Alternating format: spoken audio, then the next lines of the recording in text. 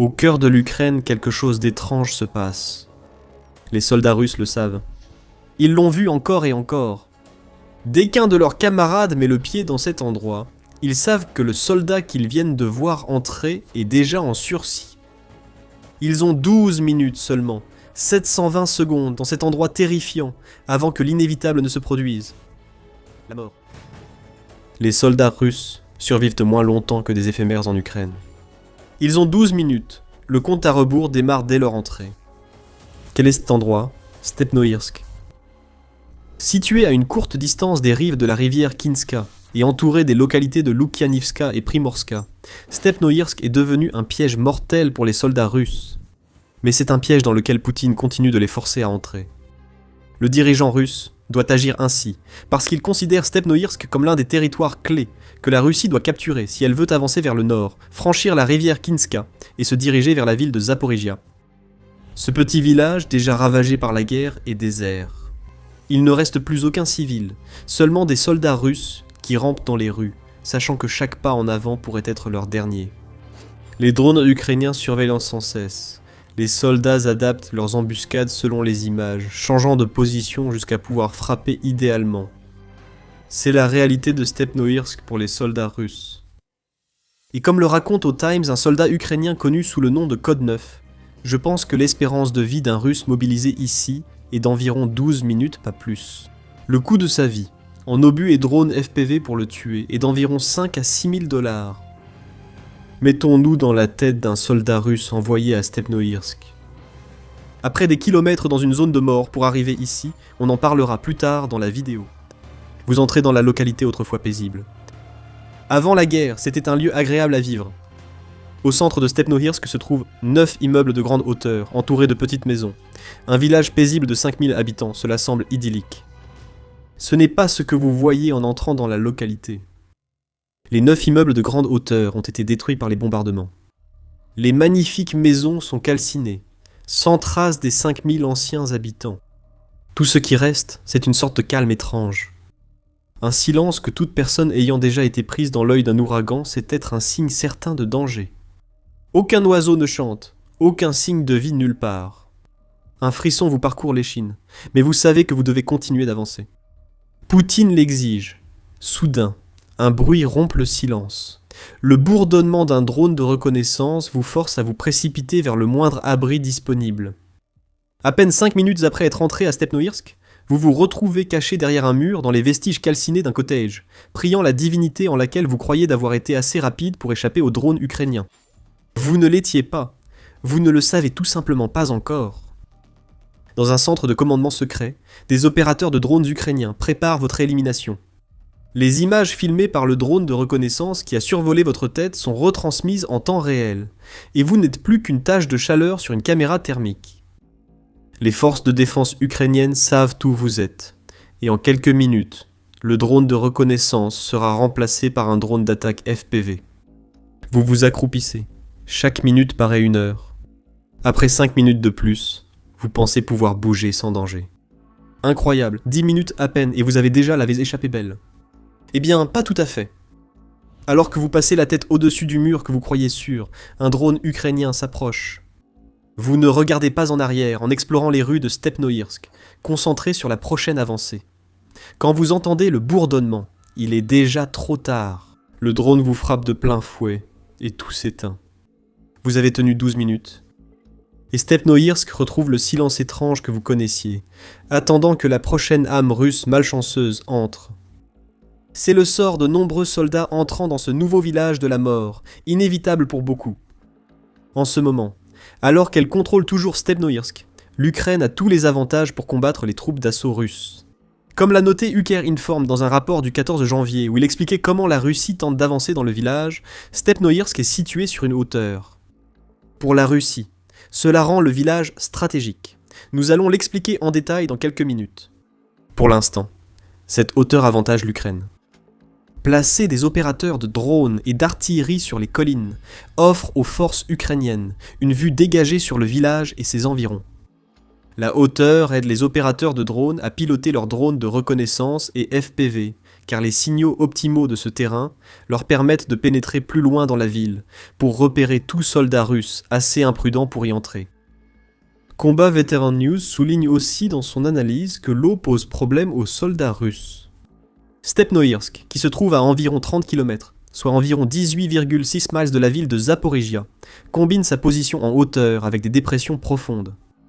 Combat Veteran News affirme que c'est un endroit géographiquement très difficile, car toute cette région est partiellement inondée, ce qui signifie que personne ne peut vraiment occuper une zone ici. Ainsi, alors que l'Ukraine contrôle les hauteurs autour de Stepnoïrsk, les forces russes doivent traverser un terrain inondé par un froid glacial, tout cela pour ne rien accomplir d'autre que leur propre mort en moyenne 12 minutes après être entrés dans le village. Il faut se poser la question évidente. Pourquoi ? Nous avons déjà évoqué l'une des raisons, à savoir que la Russie tente de progresser vers la ville de Zaporijia, ou du moins elle souhaite lancer une offensive dans cette direction. La rivière Kinska barre la route de la Russie, il faudra la franchir. Et pour que ce franchissement ait lieu, la Russie doit s'emparer du plus de territoire possible au sud de cette rivière, afin de pouvoir établir des positions sûres pour que ses soldats puissent avancer vers le nord.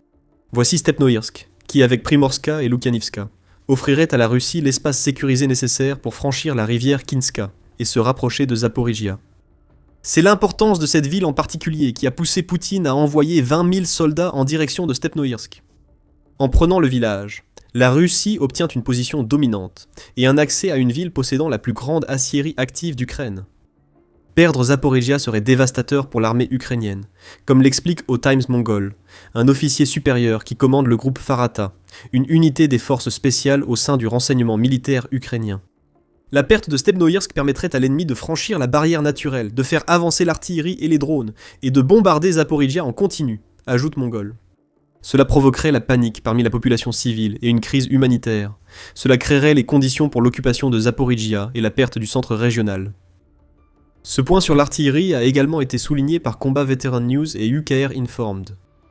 Alors que la Russie souhaite traverser la rivière Kinska, Stepnoïrsk est également situé suffisamment près de la ville de Zaporijia pour permettre aux unités d'artillerie russes de commencer leur bombardement avant que les traversées n'aient lieu. La Russie pourrait au moins bombarder la périphérie pour préparer une occupation, selon Combat Veteran News. Encore une fois, souvenez-vous des hauteurs autour de Stepnoïrsk, idéal pour que les équipes de drones et d'artillerie russes s'installent et bombardent Zaporijia. Et, comme le souligne UKR Inform, le contrôle de Stepnoïrsk donnerait également à la Russie la capacité de contrôler les routes logistiques qui mènent de Zaporijia vers les localités de Gouliaïpol et Orikiv. Mongol mentionne également que la Russie cherche à affoler les civils. Voilà pourquoi elle sacrifie sans hésiter des soldats à la machine à broyer de Stepnoïrsk. Avant d'explorer ce point, voici The Military Show, qui vous offre une vue d'ensemble, pas seulement les gros titres. Abonnez-vous à la chaîne pour rester informé. La campagne russe contre les civils ukrainiens n'est pas un effet secondaire de son invasion. C'est une stratégie clé, et c'est celle que Poutine a utilisée pour tuer 15 172 civils ukrainiens, ainsi que pour en blesser 40 et 1 378 autres jusqu'au 30 et 1 janvier. Le bombardement des villes remplies de non-combattants a également été un élément clé de la stratégie de la Russie, comme nous l'avons vu dans toutes les régions occupées de l'Ukraine. Et comme l'a rapporté la Nouvelle Voix de l'Ukraine le 23 février, la Russie a poursuivi sa stratégie axée sur les civils en 2026. Au-delà de ses tentatives de détruire autant que possible les infrastructures énergétiques de l'Ukraine, à l'aide de frappes de drones qui se poursuivent tout au long de l'hiver, la Russie utilise désormais une combinaison de sabotage et d'assassinat pour semer la panique à l'intérieur des villes ukrainiennes. Les frappes visent désormais les infrastructures ferroviaires civiles et les routes d'approvisionnement ukrainiennes, selon la Nouvelle Voix de l'Ukraine. La Russie envoie désormais des assassins dans les villes ukrainiennes pour traquer les dirigeants régionaux, comme lors de l'opération Enigma 2.0 ciblant journalistes, personnalités publiques et membres du renseignement ukrainien, tels que le représentant du GUR Andriy Youssov. Donc pour la Russie, Stepnoïrsk est une étape cruciale. Cela pourrait mener à la prise de la ville de Zaporijia. Même si ce n'est pas le cas, cela permet à Poutine de poursuivre sa campagne barbare et terroriste contre les civils ukrainiens. Ces deux objectifs poussaient la Russie à faire le choix souvent suicidaire d'envoyer ses soldats affronter les 12 minutes de mort à Stepnoïrsk. Restez avec nous pour découvrir jusqu'où la Russie ira et à quel point elle est prête à se nuire pour ce village. Pour l'instant, Il suffit de savoir que la Russie juge Stepnoïrsk si important qu'elle n'y envoie pas de simples soldats. Poutine envoie les meilleurs des meilleurs et c'est une décision terrible. Le Times rapporte que les Russes ont déployé 2 divisions de parachutistes, une de fusiliers motorisés et une brigade Spetsnaz dans le village. Les soldats d'élite russes survivent en moyenne 12 minutes dans le piège de Stepnoïrsk, ce qui fait perdre à la Russie ses meilleurs éléments. Vladimir Poutine évitera la question. Que restera-t-il à la Russie après cela ? Si la Russie parvient d'une manière ou d'une autre à prendre Stepnoïrsk, elle aura sacrifié certains de ses meilleurs soldats, ce qui signifie inévitablement qu'il ne lui restera plus que des réservistes mal entraînés pour poursuivre l'offensive vers Zaporijia. Et cela part du principe que les forces d'élite russes seront même capables de prendre le village. Si elles n'y parviennent pas, ce seront les réservistes qui devront continuer. Si les meilleurs soldats russes tiennent 12 minutes, les pires pourraient à peine tenir 12 secondes. Pour l'Ukraine, Stepnoïrsk est un endroit potentiellement vulnérable, mais cela leur a aussi offert une opportunité. La Russie va déployer ses forces d'élite dans le village. L'Ukraine peut aussi envoyer ses meilleurs soldats. Les soldats ukrainiens possèdent tous les avantages liés à Stepnoïrsk, que la Russie cherche désespérément à prendre. Certes, les soldats ukrainiens sont en infériorité numérique, à raison de 7 contre 1, comme le souligne le Times, mais beaucoup d'entre eux appartiennent à la direction principale du renseignement ukrainien, ou HUR, et ils sont soutenus par des soldats d'infanterie vétérans sur le terrain, des unités de défense territoriale et des opérateurs de drones. Tout cela fait que l'Ukraine a réussi à transformer Stepnoïrsk en une sorte de paysage infernal et inquiétant, qui ne pourrait provenir que d'un cauchemar russe. Intelligemment, l'Ukraine ne se précipite pas pour stopper la force russe tentant de prendre le village.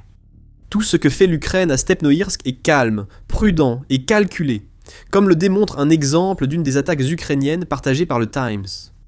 Le média précise que l'équipe d'assaut de Mongols déloge souvent les infiltrés russes à Stepnoïrsk, les communications radio révélant son approche. Le problème, c'est qu'ils savent déjà qu'on arrive, a déclaré Mongol à un commandant, après que l'Ukraine a repéré des infiltrés retranchés, ayant brisé la malédiction des 12 minutes. L'ennemi fait une reconnaissance supplémentaire ici. Continuez à vérifier s'il observe et restez immobile. Silence radio total. La patience est une vertu pour l'Ukraine à Stepnoïrsk, malgré la rapidité avec laquelle elle élimine en moyenne les soldats russes du village. Cela montre que 12 minutes sont largement surestimées pour de nombreux soldats russes. Beaucoup ne survivent que quelques minutes, seuls les rares retranchés font monter la moyenne. Quoi qu'il en soit, l'Ukraine obtient de bons résultats avec cette stratégie à Stepnoïrsk. Le 25 février, le renseignement de la défense ukrainienne a mentionné les dernières offensives de l'Ukraine sur Telegram. Stepnoïrsk est désormais contrôlé par l'unité d'élite Artan du HUR ukrainien, qui a repoussé les forces russes plus loin du village. Lors de l'opération, menée malgré une logistique complexe et les vagues humaines répétées de l'ennemi pour tenir ses positions, les combattants d'Artan, en coopération avec d'autres unités du département des opérations actives du HUR, du ministère de la Défense d'Ukraine et des forces de défense d'Ukraine, ont repris le contrôle de positions clés et ont considérablement amélioré la situation tactique sur la section spécifiée du front, indique la publication sur Telegram. L'Ukraine a détruit des effectifs et du matériel russe, éliminant plusieurs dizaines de soldats russes. L'Ukraine a aussi pris le contrôle de routes logistiques clés, utilisées par la Russie pour ravitailler ses forces à Stepnoïrsk, ce qui affaiblira les futurs assauts russes. C'est l'aboutissement de tout ce que l'Ukraine fait à Stepnoïrsk depuis des mois. La malédiction des 12 minutes a empêché la Russie de former une force d'assaut, offrant ainsi à l'Ukraine l'opportunité de contre-attaquer. Un autre aspect des contre-attaques mérite d'être mentionné, Starlink. Ce n'est pas un hasard si les agents du HUR ukrainien ont choisi fin février pour riposter contre les forces russes tentant de prendre le village. Plus tôt ce mois-là, Elon Musk et SpaceX ont finalement coupé l'accès de la Russie aux terminaux Starlink illicites qu'elle utilisait pour coordonner ses forces sur le front. Pour les envahisseurs de Stepnoïrsk, qui étaient déjà isolés et traqués par l'Ukraine, la perte de Starlink a sonné le glas. Ils ne justifient plus leurs assauts suicidaires car ils savent que les forces derrière eux ne peuvent plus se coordonner ni consolider les gains éventuels. La Russie va-t-elle cesser d'envoyer des soldats à Stepnoïrsk ? Aucune chance. Nous avons déjà mentionné jusqu'où la Russie est prête à aller pour s'emparer de Stepnoïrsk, et la brutalité de Poutine, frappant ses propres soldats presque autant que l'Ukraine, commence dès l'arrivée près de la ville. Selon Combat Veteran News, les soldats russes doivent déjà effectuer un voyage périlleux depuis Kamianska avant d'atteindre Stepnoïrsk. Ce trajet fait environ 4 à 5 km, que la plupart des soldats parcourent à pied, à travers un terrain découvert qui est une véritable zone de tir. Imaginez les troupes russes, obligées de traverser à pied ces champs ouverts, jusqu'à ce village disputé. Vous comprenez à quel point l'usure peut devenir incroyable, déclare Combat Veteran News. Et souvenez-vous, la Russie a déployé 20 000 soldats à l'assaut dans la direction de Stepnoïrsk. Que l'Ukraine progresse malgré le avantage massif en effectif de la Russie montre que ce que Poutine tente à Stepnoïrsk revient à envoyer ses soldats à une mort certaine. Que faire si vous êtes un soldat russe intelligent ? Vous savez que la malédiction des 12 minutes rend absurde de marcher vers une ville qui vous tuera vite. Allez-vous refuser une mission suicide vers une ville qui survivra longtemps après vous ? Vous pourriez penser que vous le feriez, mais la Russie s'assure que vous ne puissiez pas. Le 24 février, la BBC a rapporté des entretiens qu'elle a menés avec 4 soldats russes capturés. L'un de ces soldats a déclaré à la BBC qu'il avait personnellement vu un commandant russe, fait héros de la Russie, exécuter froidement des soldats qui refusaient d'obéir à ses ordres. Je le vois, à seulement 2 ou 3 mètres, clic-clac, bang. Cette pratique de la mise à zéro, ou de tuer ceux qui disent non, est répandue dans l'armée russe, et elle laisse ceux chargés de prendre Stepnoïrsk dans une situation sans issue. Ils peuvent rester 12 minutes au village ou se faire abattre par leur propre commandant. Ou, avec un commandant corrompu, la corruption étant monnaie courante dans le haut commandement russe, ces soldats peuvent s'en tirer en versant des pots de vin.